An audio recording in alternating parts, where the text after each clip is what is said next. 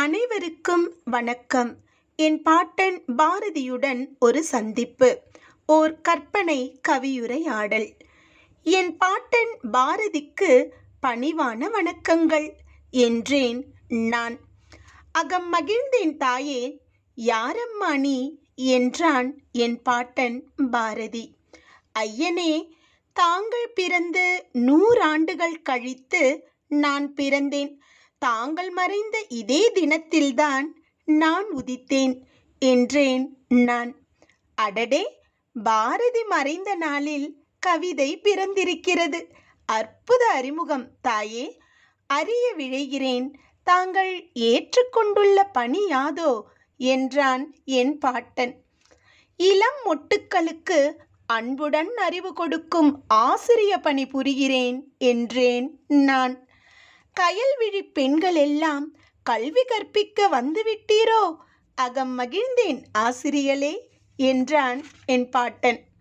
வளைகரம் கொண்டு நாங்கள் வானூர்தி செலுத்துகிறோம். தூரத்து தேசத்திலும் எங்கள் பாடலொலி கேட்கிறது பாட்டனே என்றேன் நான். ஏட்டுக்கல்வி கொண்டு எட்டாக்கனியாய் இருந்த சுதந்திரத்தை அடைந்து விட்டனரோ பெண்கள். ஆஹா என்றான் பாரதி. பாஞ்சாலி சபதம் இயற்றிய பாரதியே கேள். இன்றும் நாங்கள் துயிலுரிக்கப்பட்டு கொண்டுதான் இருக்கிறோம். அக்னி குஞ்சு கண்ட கவிஞனே கேள். இங்கு குஞ்சென்றும் மூப்பென்றும் பாராமல் கசக்கி எறியப்படுகிறோம் பெண்கள் என்றேன் நான்.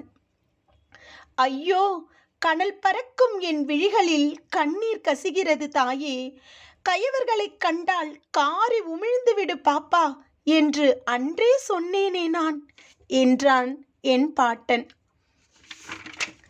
கை கால்கள் கட்டப்பட்டு கந்தல் துணி வாயில் அடைத்தால் எப்படி உமிழ்வது ஐயனே என்றேன் நான். ஐயோ பராசக்தி, இந்த பாழும் செயல்களை பார்த்துமா நீ வரவில்லை என்றான் பாரதி. பராசக்தியை அழைக்காதே பாரதி, பாவம் அவளும் பெண்தானே. ஆடை அவிழ்க்கப்பட்டு ஊர்வலமாய் அழைத்து சென்று கொள்ளப்படுவாள் சாதி மத சண்டையில் என்றேன் நான். அம்மா போதும், ஆணாக பிறந்ததை எண்ணி அவமானம் கொள்கிறேன் தாயே என்றான் பாரதி. அவசரம் வேண்டாம் ஐயனே. இங்கு பெண்மையை காக்கும் பெண்ணியம் பேசும் பேராண்மைகளும் உண்டு என்றேன் நான். ஆறுதல் அடைந்தேன் தாயே. மீசை துடிக்கிறது, நாடி புடைக்கிறது. மீண்டும் பிறந்து வந்து புதியதோர் உலகம் செய்ய என்றான் பாரதி. வா பாட்டனே, வழி மீது விழி வைத்து காத்திருக்கிறேன் உனக்காக என்றேன் நான். நான் பிறந்து வந்தால் ஒரு பாரதிதான். உங்கள் ஒவ்வொருவருக்குள்ளும் ஊன்றியிருக்கிறேன் 1000 பாரதிகளை. உயிர்ப்பியுங்கள் என்னை. புரட்சி எனும் போர்க்களம் கண்டு புதியதோர் உலகம் செய்யுங்கள் என் கண்மணிகளே என்று கூறி மறைந்தான் அவன். காலை புலர்ந்தது, கனவும் கலைந்தது. ஆக்கமும் வாசிப்பும் ஐ. விஜயலட்சுமி, PST. நன்றி.